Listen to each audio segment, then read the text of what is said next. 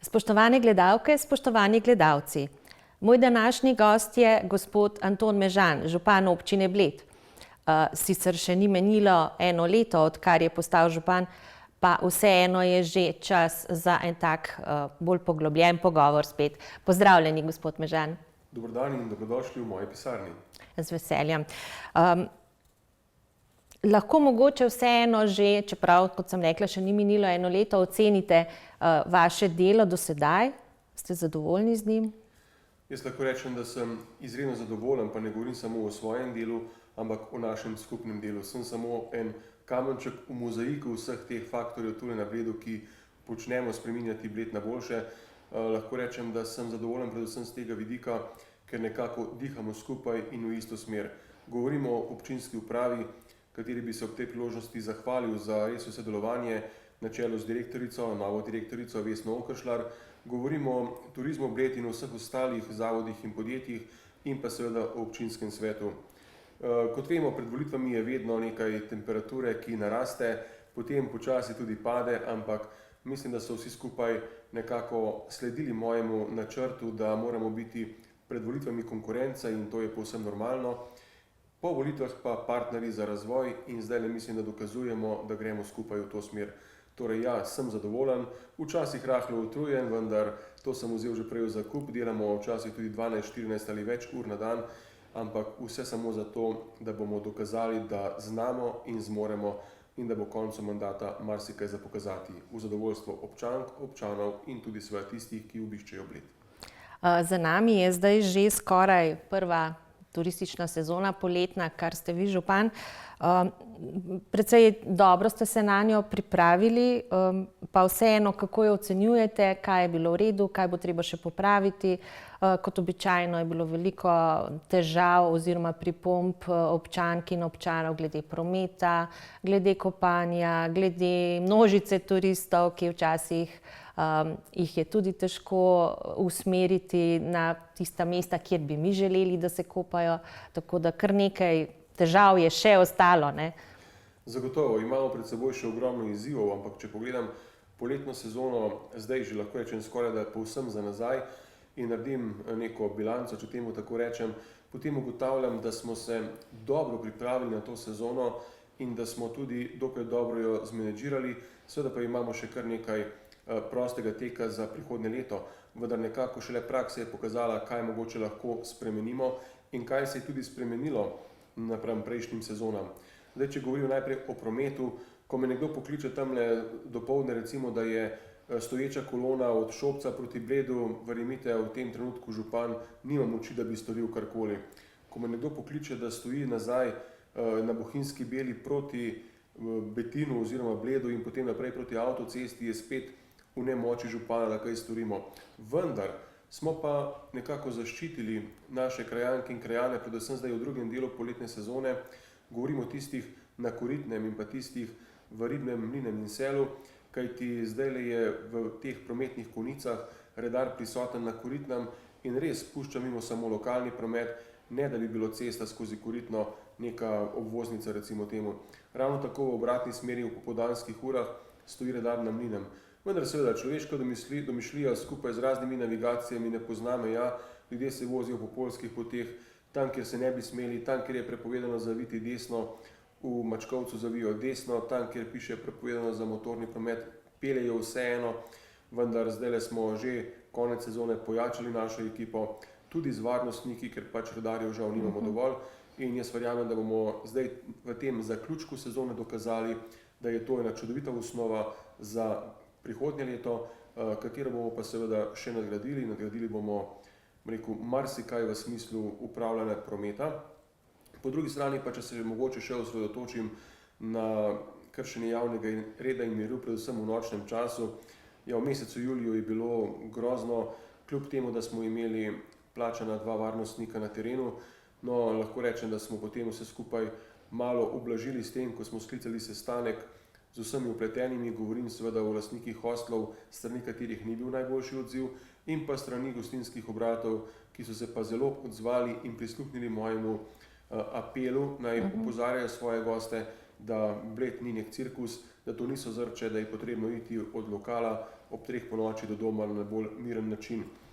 Seveda dobil sem tudi pobudo krajevne skupnosti Bled, da skrajšam obratovalne čase do 11. ure zvečer in potem konec, vendar sem ocenil, da turisti tukaj so, tudi ti mladi gostje, ki običajno povzročajo ta kraval. In če nimamo dovolj redarjev in dovolj policije, pomeni, da bodo vsi ti potem nekje v parkih in kje drugje in torej ta skrajšanje do 11. ure ne bi bilo modro. Verjetno bomo nek kompromis sklenili za prihodnjo sezono, zdaj naredimo najprej elevacijo za nazaj in potem nove korake za naprej. Lahko pa rečem, da zadnji mesec je precej bolje, kajti smo spet potegnili nekaj, potez, vendar tudi sami se učimo v praksi in pa prihodnje leto verjamem, da bo situacija spet veliko boljša. Pa mogoče samo še beseda o kopanju. Ponosen sem, da nam je uspelo, da se praktično nihče ni kopal in sončil med grajskim kopališčem in hotelom Toplicami. Ta del je ostal res tisti v srčju Blejskega parka. Prihodnje leto pa nadaljujemo, z delanjem reda na Blejskem otoku verjetno in pa še malo podaljšamo ta krak obvladovanja od Toplic naprej proti Mlinam. Ne moremo vse naenkrat, kadrovsko kot rečeno smo precej v težavah, ampak do prihodnje sezone se bomo okrepili in verjamem, da bomo v nekaj letih obvladali tudi ta nesrečni kaos, ki nam ni v ponos. No, ravno to, ko ste omenili med hotelom Toplice in Mlinem, zdi se mi, da, če sem lahko mogoče majčkeno kritična, da ste se lotili urejati to kopanje med hotelom Toplice in grajskim kopališčem, kjer ni bilo toliko težav, niste se pa lotili med hotelom Toplice in pa Mlinem, kjer je pa res praktično zguljeno že pobočje, kjer se ljudje tako rekoč drsajo v vodo. Ravno zaradi tega, da ne bi bilo tudi tule v prihodnosti zguljeno in da bi bilo, kasneje že skoraj neobvladljivo, smo se odločili tule. Ne bom rekel, da ni bilo težav v preteklosti, kajti sam sem bil kot blejski fijakar prisoten na promenadi vsakodnevno in naštel sem med Toplicami in grajskim kopališčem tudi 700 kopalcev oziroma tistih, ki so ležali na travi. In če je to 700 ljudi v vrhuncu sezone in če malo zaokrožim, če bi ta sezona trajala 100 dni, pa če bi to dopuščali, bi bilo na koncu tule 1000 kopalcev, v 100 dneh je to 100 000 ljudi in 100 000 ljudi na teh nekaj kvadratnih metrih pa že privede do tega, da zelenica ni več zelena, ampak rjava. In ravno zaradi tega smo rekli najprej ta del, ker smo ga sposobni obvladati in zdaj se pa širimo naprej. Da bi pa v začetku se osredotočili na večji del, kadrovsko nismo bili sposobni, da bi se pa osredotočili samo na en del, recimo pod stražo, pa mislim, da ne bi bilo modro, ker moramo začeti v centru, v tem epicentru našega turizma oziroma našega Blejskega parka ali pa jezerske promenade. No, če nadaljujeva, kakšno je pa sicer sodelovanje s turističnimi deležniki v kraju? Zdaj sestali ste se na primer z novim lastnikom hotela Lovec, ki ima neke dolgoročnejše načrte na Bledu, pa me zanima tudi recimo za Sava hotele, kako se dogovarjate, pa recimo kaj se dogaja s hotelom Krim, če se zdaj obrneva samo na tiste, kjer se pač mogoče neki načrti zdaj trenutno ne vidijo. No, tik pred vašim prihodom na tem mestu sedel direktor hotela Bled Rose. Povprašal sem ga, kakšne so kaj njegove namere s pristavo. Vemo, da je lastnik tudi pristave, ki nam zdaj ni v ponos in pravi, da želi tam zgraditi oziroma preurediti v hotel, ki bo višje kategorije, kar me zelo veseli. Jaz računam, da bo to čim prej, kajti takšna stavba, kot je zdajle, nekako ne sodi na Bled. Čeprav jih kar nekaj takšnih, vendar gremo korak po koraku. Omenili ste potem kitajskega lastnika iz hotelov Lovec in pa Kompas. Ja, sam osebno pravi, da ima načrte za Bled, da želi tukaj ostati s svojimi investicijami in da želi, da je nekako on sprejet tule in da on tudi želi pomagati lokalni skupnosti, kolikor ga potrebujemo. Naj bo to sicer po eni strani ponujal tudi delovno silo, po drugi strani sodelovanje, kolikor potrebujemo kakršnokoli pomoč pri pogostitvi gostov, pri namestitvi nekih oseb, ki bi bile na Bledu na obisku pri meni kot županu in tako naprej. Skratka, to sodelovanje poteka. Tule sem imel v pisarni tudi lastnika hotela Krim, ki je nekako nezadovoljen, bolj kot z Bledom, ampak z našo državo, kajti želel je ali pa ima načrte obnoviti hotel Krim, vendar ga nekako razočarajo vsakič znova pogoji Zavoda za varstvo kulturne dediščine, kajti pogoj njihov je, da ob rekonstrukciji zmanjša hotel za 2 nadstropji. Seveda vsak investitor ali pa če se samo postavimo v kožo doma, če bomo šli v obnovo od naše hiše in nekdo reče, ja, lahko obnoviš, lahko še malo prezidaš zraven, ampak znižaj pa za 2 nadstropji ali pa doma kolikorkoli že pol hiše, se seveda človek težko strinja s tem, kajti ko nekdo kupi neko investicijo, potem ima neko ekonomsko računico na to kapaciteto. Ampak kakorkoli, seveda imel je celo ponudbe strani države, da bi v hotel Krim namestil begunce z vsem spoštovanjem in sočustvovanjem do vsakega posebej, pa vendar menim, da Bled, vhod na Bled ni ravno mesto, ki bi bilo najbolj primerno za tovrsten objekt. Sam seveda se tega zaveda in sem ga res lepo prosil, če bi lahko potrpel še nekaj časa brez tovrstnih idej, da poskušamo morda skupaj narediti še kakšen sestanek oziroma pogledamo, kako lahko občina pomaga pri tem, da bi hotel čim prej dobil novo podobo.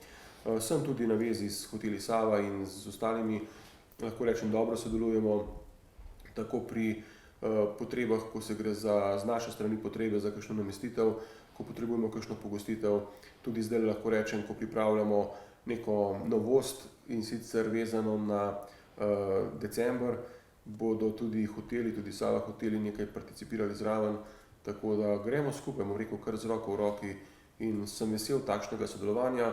Po drugi strani pa občina ponuja, bom rekel, tudi roko, ko je potrebno kakšna, ne vem, soglasja, kakšne zadeve, da to ne traja 14 dni, en mesec, ne vem koliko, da čim prej to zapakiramo tudi zdaj pri sprejemanju oziroma pri odločanju glede prostorskega načrta, nekako poskušamo maksimalno priti njihovim željem nasproti, seveda popolnoma se ne da, nekaj so tisti normalni pogledi domačinov oziroma nas, ki okolje pa prostor bolj poznamo, nekaj je mogoče tisto, kar bi si nekdo želel zaradi ekonomske računice, pa nam ne gre v račun, da bi bilo to na Bledu, v veliki meri pa seveda želimo pristopiti in pomagati, kajti konec koncev vsaka investicija, vsaka obnova hotela, ne glede na lastnika, ki se zgodi na Bledu, ostane na Bledu. Tudi če je lastnik tujec ali pa domačin, se ni važno, ko proda hotel, ga ne odnese s seboj, ga enostavno pusti tule, torej pomagamo, da bi bila okolica Bled in vse skupaj čim lepše in nam v ponos. No, pa sva že pri investicijah. Zdaj neka dela se v septembru nadaljujejo, ki so pač prek turistične sezone stala. Pa če se mogoče ozreva pač kar po največjih, tistih, ki so najbolj vidna, pa so recimo vse glih državna, mogoče kolesarska najprej, pa potem južna obvoznica. Ja, zagotovo je kolesarska povezava Bled-Bohinj in tista, ki bo, bom rekel, res ena ogromna dodana vrednost našemu kraju, našemu turizmu. Ne zavedamo se te veličine, bom rekel, sigurno ne. Bo tudi prinesla mogoče nekoliko drugačen način razmišljanja turizma in vsega in na to moramo biti pripravljeni, to je dejstvo. Zdaj le sama gradnja poteka po načrtih in malo za šalo, malo za res, konec decembra 2024 mora biti vse skupaj končano, zato sva dogovorjena z bohinjskim županom, da bomo To še drži. silvestrovali, tako je, da bomo silvestrovali že s kolesi za novo leto, ko bomo čakali leto 25 kar na V Soteski. v Soteski, nekje na meji, na kolesarski stezi. Torej, tukaj nekako je še najmanj bojazni, no. Kar se tiče južne razbremenižne ceste, delo v prvi fazi poteka normalno. Zdaj, če jaz pogledam iz mojega vidika, bi rekel, da poteka vse skupaj prepočasi in da tudi na gradbišču bi bil lahko kakšen delavec več in podobno, ampak težko diktiramo tempo državi oziroma če poteka vse po načrtu, potem sem kar zadovoljen, da gre vse po načrtu. Seveda, tu je pa zdaj druga faza, zaradi katere sem bil že nekajkrat in v Ljubljani in tukaj sprejel kakšnega gosta in sicer predvsem zaradi tega, ker res z vsemi strokovnimi službami, ki so vezane na te investicije, nekako pritiskamo, seveda z enim občutkom, da ne bomo že preveč tečni in da ne bo to doseglo kontraučinek, da bi čim prej prišli do gradbenega dovoljenja za drugo fazo. Dva izziva sta še na poti, ki mislim, da sta res v nekaj trenutkih rešljiva, če bi prava oseba na pravem mestu rekla ja in je stvar rešena, ker ne gre za nobene izsiljevanja, gre samo za neke čisto normalne pogoje. Potem pa seveda sem prepričan, da ko se bo druga faza pričela tudi v naravi, da smo že, bom rekel, kar daleč pri cilju. Seveda ne moremo še govoriti tisti slogan, katerega smo včasih slišali že pred volitvami, imamo jo. Zaenkrat imamo samo prvo fazo in pa voljo do tega, da manjka čisto malo še do druge faze, tudi dejstva so taka. Potem pa nas čaka seveda še tretja faza in jaz verjamem, da bomo v najhitrejšem možnem tempu tudi nadaljevali, kar se tiče te ceste. Če se ozremo mogoče še malo na ostale investicije, pri zdravstvenem domu Bled dozidava lepo raste oziroma je že v fazi, ko komaj vemo, da je to prizidano, kajti je tako lepo umeščeno v prostor, da se komaj da opazi, da je nek tujek tam. Bo pa to velik doprinos tako za občane Bleda, kot tudi občane Gori, dejstvo je, da smo mi skupaj tule investitorji, partnerji, skupaj z osnovnim zdravstvom Gorenjske. In prihodnje leto, torej v letu 2024, nekje ob občinskem prazniku, se načrtuje tudi slavnostna otvoritev. V tem času pa lahko rečem, da sem zelo zadovoljen z gradnjo, kajti vse poteka po rokih in še malo prej. In pa tudi za čuda, glede na vso situacijo, brez podražitev. In tule se lahko zahvalim tudi vsem tistim, ki delajo na tem projektu in so delali tudi v preteklosti, ker tukaj je res vzorčno vse dogovorjeno in vse tudi tako poteka. Potem je tule kar nekaj investicij, ki so, bom rekel, pomembne za občanke in občane. Zdaj tista, ki mi je povzročala največ sivih las, čeprav se jih morda še ne vidi, je seveda investicija na Rečici, v krajevni skupnosti Rečica, in sicer na Razgledni.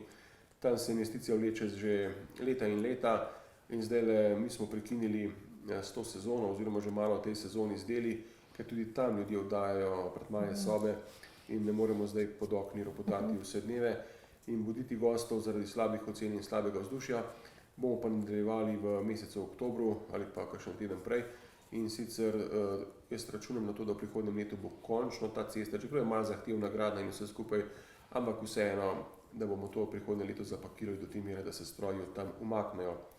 Seveda, zdaj trenutno brnijo stroji kljub sezoni na Gozdarski cesti oziroma Gozdarski ulici. Tam ni nikogar, ki bi oddajal sobe in zraven je v sosednji ulici pač jih nekaj, vendar smo se, mislim, da kar lepo dogovorili, no? Da stroji brnijo po 9 uri, ne prej, in da se potem lahko normalno dela. Tako je. Zdaj se je izkazalo, da ker je ta ulica razkopana, da je potrebna obnove tudi sosednja ulica, vendar ta za potokom. In seveda sredstva so malo problem, vendar če mi zdaj imamo obvoz narejen po nekem privatnem zemljišču zadaj za to ulico in če mi zdaj naredimo še ulico Matije oziroma ulico za potokom, potem pomeni, da bomo ta obvoz lahko koristili in da ne bomo pustili slepo ulico za tam stanujoče in za tam aktivno avtomehanično dejavnost, zato bomo verjetno kmalu se lotili tudi te ulice, čeprav nepričakovano, vendar bomo zaradi tega, ker je to smiselno. Potem, če se obrnem proti Zasipu, no, tam smo že končali Stagne, projekt v Stagnah. Tam se je, bom rekel, nekaj dni malo kadilo, predvsem v odnosih z izvajalcem, vendar zaradi tega, ker voda ni tekla v jaške, ko je bilo asfaltirano, nisem dovolil nadaljevanja del, nisem dovolil, da se stroji umaknejo, ampak sem želel, da se zadeva popravi do te mere, da to, kar je logično vsakemu prvošolčku, da voda teče v jaške, ne mimo jaška, ne zraven, ne da je luža zraven jaške in podobno. Vse to smo se nekako zmenili, uredili, videli so, da resno mislim, ne samo v retoriki, ampak tudi v praksi. In smo tudi to v redu zapakirali. Projektiramo v Zasipu tudi vodovod proti Piškovci, kajti tam še ni urejenega vodovoda. Imamo v dogledu tudi neke druge investicije v Zasipu, med drugim tudi zdaj lahko rečem kanalizacijo z Homa, z oltarja Gorenjske, da priključimo zdajšen objekt Jurčak na našo kanalizacijo v Rebru. In pa lahko povem, se pohvalim, no, da smo pa legalizirali objekt Jurčak, ki je bil dolga leta črna gradnja, dolga leta je bilo nekako vmes tudi zaprto zaradi tega in nekako nismo vedeli z dneva dan, ali bo odprto ali ne. Potem seveda tudi druge investicije so, v Ribnem gremo zdaj v rekonstrukcijo izletniške ceste, najprej ta del, ta daljši del recimo temu od zadružnega doma Ribno pa vse do hotela in zaradi tega bomo imeli ta mesec tudi sestanek oziroma srečanje z vsemi krajankami in krajani, ki se jih to tiče, da bodo videli, kako smo si zamislili projekt in pa kako bo z logistiko, prometem in vsem tem. Enako bomo predstavili projekt ceste za Žago na Rečici edine še pa ene redkih makadamskih cest. Tam še ne gre takoj v izvedbo, vendar da bodo dali mogoče kakšne pripombe na sam projekt in da ga lahko, če bo potrebno, tudi spremenimo, ampak imamo tudi v mislih gradnjo naprej. Seveda tule je še zdaj cesta v Bodeščah, katero je odnesel plaz. Čakamo zdaj na kakšen način bomo si zagotovili sredstva, ker to gre za milijon in več sredstev. Čakamo na predvsem odločitev države, kako bodo povrnili oziroma participirali zraven. Tako da tule bo še nekaj časa zagotovo cesta zaprta. Gradimo tudi kanalizacijo, za katero skoraj da nobeden ne ve, kajti je v okviru južne razmenilne ceste oziroma prve faze tega krožišča. Kompletne dobe pobiramo, da bomo speljali tja, tudi tam gre za več 100 tisoče evrov.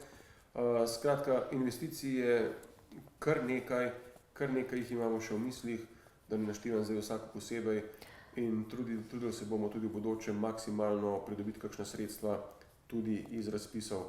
Če samo še dodam, atletski stadion smo zdaj nekako zapakirali tudi v sredstva preko razpisov, 100 tisoč evrov preko razpisov ministrstva, 22 tisoč mislim, da je strani fundacije, ostalo do 320 razliko sami. Prejeli smo 350 tisoč evrov za polmilijonski projekt v Mali Zaki, ureditev pomolov in pa obale. Skratka, jaz mislim, da delamo. Telovadnica, šola? Telovadnica in šola sta, bom rekel, projekt številka 1, ki zdajle zapolnjujeta, pogledam gor, tiste nad mojo pisarno oziroma v zgornjem nadstropju z investicijami. In sicer, ja, ravno zdaj se pripravlja, bom rekel, vsa investicijska dokumentacija, kajti dobro vemo, da bo jeseni razpis, na eni strani razpis Ministrstva za gospodarstvo, turizem in šport, moram malo pomisliti, ker so nova imena. In sicer na tej strani bi lahko oziroma bomo kandidirali za telovadnico oziroma po novem športno dvorano. Ločeno. Tako je, po drugi strani pa, da bomo lahko, bom rekel, si več sredstev zagotovili, bo to ločen projekt, tako kot ste omenili. Po drugi strani pa seveda še na Ministrstvu za vzgojo in izobraževanje na projekt za gradnjo šole. Zdajle lahko rečem, da smo v zadnjem času obiskali kar nekaj šol in športnih dvoran. Gledali smo primere dobrih praks, vmes našli tudi kakšen primer slabe prakse. In na teh primerih se, bom rekel, preventivno učimo, da ne bomo storili kakšne napake, tako kot so jo marsikje drugje po Sloveniji, seveda v dobri veri, da bo vse super in je vizualno mogoče vse super, ni pa funkcionalno. Tako da gremo seveda tudi v to, tudi zdajle v proračunih in načrtu razvojnih programov to investicijo umeščamo v sam proračun. Je seveda težko, ker to bo ogromna investicija. Računamo seveda na ta dva razpisa, kot sem že omenil. Potem tudi na sredstva ekosklada, ker želimo, da je tudi tem razpisom, bom rekel, prilagojena gradnja in tudi trajnost na konec koncev. In poleg tega bo seveda šlo kar nekaj denarja iz našega proračuna, nekaj let zapored in pa neizogibno bo tudi zadolževanje. Vendar dejstvo je, da leta 2027 se iztečejo nekateri 10-letni krediti, ki so bili še sprejeti pred mojim županovanjem in takrat bomo lažje zadihali in takrat, bom rekel, predlagati kredit za izgradnjo šole mi nekako ne bo težko. Bi bilo težko za neko, ne vem, skulpturo v nekem krožišču ali kaj podobnega, ampak za tako stvar, kot je pa šola, ki bo ostala naprej 50 in več let, pa je nekaj samoumevnega, da se, bom rekel, v neki meri zadolžimo, so v taki meri, da potem lahko tudi odplačujemo in da ne bodo druge zadeve preveč trpele. No, prej ste že omenil ta novi prizidek zdravstvenemu domu. Zdaj z vsemi temi menjavami na državni ravni je tudi ta predlog reorganizacije nujne medicinske pomoči nekako stal v predalu. Se še kaj govori o tem, kje ste? Vi ste tudi v okviru skupnosti občin Slovenije najbrž. Zaenkrat, bom rekel, je vse tiho. Čakate na, ja. Čakamo, da se ta, rekel, pride novi minister. Ideja ponovno zbudi mogoče, ampak kakorkoli v vsakem primeru mi bomo vztrajali na teh starih stališčih, da, bom rekel, občina Bled ima sploh s tem novim prizidkom vse pogoje z novim urgentnim centrom in vse, da smo neko središče za širšo okolico, nikakor pa ni sprejemljivo, da bi bom rekel, manjšali standard z tega področja v občini Bled, tako zaradi občanov, kot zaradi turistov. Kajti, če si pa občina Bled ne zasluži neke visoko kvalitetne medicinske pomoči, potem pa ne vem, kam takšna tovrstna storitev sodi. Tudi, kot rečeno, zaradi turizma. No, pa ne samo Bled, tukaj je še Radovljica, Bohinj, Gorje, to Kompletna je, širša okolica, ki gravitira sem. ki bi bili takoj kot neki drugorazredni državljani, v tem primeru. Zdaj, ko sem omenila to skupnost občin Slovenije, ste tudi član predsedstva od letos. Kakšno pogajalsko moč pa mislite, da ima ta skupnost v primerjavi, mislim, do države? Kaj vi lahko recimo, zdaj se sicer v zadnjem času na vso nesrečo ukvarjate predvsem s poplavami in posledicami teh poplav in plazov, ampak kakšno moč recimo imate vi tako skupaj, najbrž večjo kot pa vsaka občina posebej? Absolutno. Predstavljajte si, da bi 212 občin ali pa 183, kolikor nas je mislim v skupnosti občin Slovenije, bom rekel v narekovajih, težilo vsakemu ministru posebej in vsakemu predsedniku vlade, takrat aktualnemu, pa tudi to se dogaja. Ampak vendarle, ko na koncu želimo zadevo presekati, grejo predstavniki skupnosti občin Slovenije na pogajanja, predstavijo, bom rekel, širšo sliko, ne predstavlja se naš predsednik, gospod Vladimir Prebilič, kot župan Kočevja, tam se predstavlja kot predsednik, bom rekel, vseh nas in potem pokaže na prakso, ki se dogaja tudi na Bledu, tudi v Prekmurju, tudi na Primorskem in nekako dobi, bom rekel, tisti sogovornik širšo sliko. In mi nikoli ne gremo tja, bom rekel, samo jokati, prositi, ampak gremo s konkretnimi idejami oziroma že predlaganimi rešitvami. In kako prav konkretno za te posledice nedavnih poplav, kako to deluje recimo? Zdaj, bom rekel, je bilo čudovito, da smo ustanovili tudi neko Viber skupino samo za nas, skupnost občin Slovenije, župani seveda, in je bilo odlično zapeljano, organizirano, sprejeto. Kajti, ko je primer županja Črna na Koroškem sporočila, nujno potrebujemo še nekoga za popis posledic, sem jaz lahko takoj dal, ja, lahko ponudimo 2 osebi, lahko ponudimo še eno osebo. Skratka, na način, kot gasilci hodijo na pomoč, recimo. Točno tako drugemu. Recimo še pred to skupino me je kontaktiral župan Škofje Loke, nek večer je rekel, jutri nujno potrebujemo komunalni avto za kosovne odpadke, šoferja, delavca. Zdaj, infrastruktura je imela prost avto, imela je prostega šoferja, ni imela prostega delavca. Sam sem ocenil, da naslednji dan me Škofja Loka bolj potrebuje kot Bled, sem dal gor kombinezon in sem odšel pomagati nakladati kosovne odpadke. Ampak na ta način si pomagamo drug drugemu in tudi spoznavamo problematiko vseh teh in pa težav vseh teh občin. To prenašamo naprej na našega predsednika in on lepo naprej s pogajalskimi izhodišči potem nekako prihaja tudi do najvišjih. Ves čas tudi nas, občanke in občane, vestno obveščate na družbenih medijih o vsem, kar se dogaja. Kako pomembna je za vas taka komunikacija? No, zdaj se smejim zato, ker do leta 2017 sem bil eden tistih, ki sem bil strogo, mislim ne strogo, ali pa ki nisem hotel imeti Facebooka in ničesar, sem rekel, pa kdo se bo še s tem ukvarjal, dajte mi mir. No, potem, ko sem pa vendarle padel v to, sem pa ugotovil, da je to nek medij, na katerega lahko vsak trenutek ali pa preko kogar lahko sporočim tisto, kar želim. Zdaj seveda lahko je to dvorezno, če bi nekdo pisal ali pa nekdo piše neke stvari, ki mu padejo na pamet takole in je mogoče lahko dvorezno ali pa celo ti daje minus točke.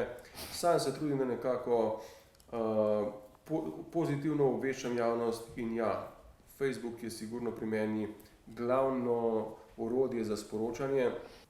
No, ta Facebook in te družbene medije, to sem vas vprašala zato, ker ne samo, da vi obveščate, sporočate, imate zelo tudi odzivno publiko na teh družbenih medijih. Ker tudi ves čas odgovarjate, ste aktivni tudi v tem smislu. Zato sem vas vprašala, zakaj se vam zdi to tako zelo pomembno. Ja, predvsem zato, da ljudje vidijo, da mislim resno. Ker lahko nekaj objavim, pa pustim, pa ne se potem ljudje klofajo med sabo. Ampak, če nekaj objavim, jaz za tem stojim. In sem pripravljen sprejeti tudi kritiko. Ja, in če nekdo napiše, ta in ta cesta je polna lukenj. Ja, je. Samo ne bomo jo prej flikali, dokler ne bo spodaj novega vodovoda, vodovoda pa ne bo še, ne vem, 1 leto. Ker ne bi bilo smotrno, da bi zdaj asfaltirali in potem spodaj počeli neke druge stvari.